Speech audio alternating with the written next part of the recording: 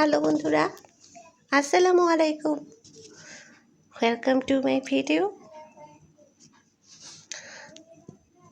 অনেক দিন পরে সেলাই করতে বসে গেলাম। কাছে দূরে কে কোন জায়গা থেকে ভিডিওটা দেখছো অবশ্যই বন্ধুরা কমেন্টস করে জানিয়ে দিও।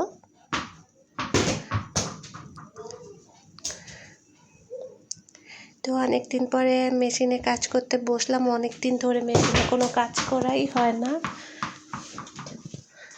তো বাচ্চাদের জন্য কাজ করা যায় না, কাজ করতে বসলেই বাচ্চারা দুষ্টামি করে।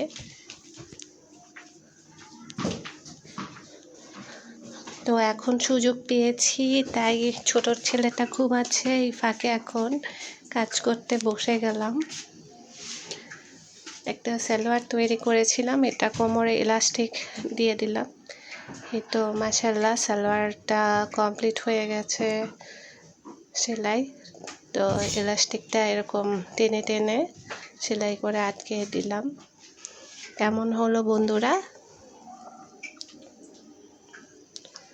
আর আকাশটা একদম মেঘলা মেঘলা, আজকেও 1 উইক হলো একদম আকাশটা এরকম থমথমে থাকে। তো যাই হোক, আর এদিক দিয়ে এখন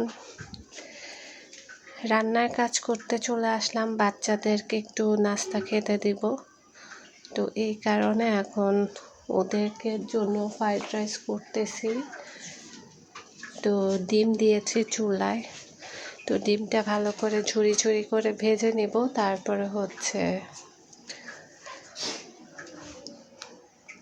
তো গ্যাসও দেখলাম একটু কম, তাপ উঠতেছে না।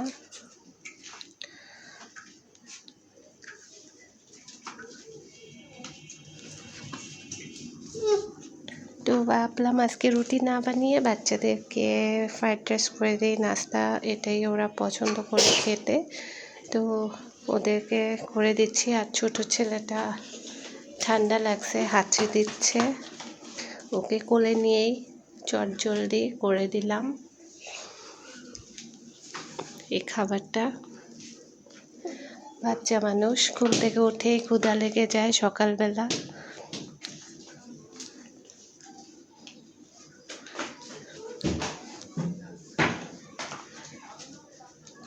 তো এই তো যাই হোক রেডি করে ফেলেছি। একটু সস দিয়েছিলাম, নিচ দিয়ে সসটা লেগে গেছে।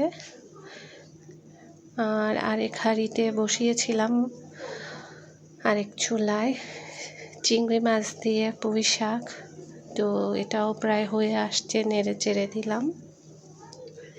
এই তো বন্ধুরা, আজকের মতো বিদায় নিচ্ছি। সবাই ভালো থাকবে, সুস্থ থাকবে।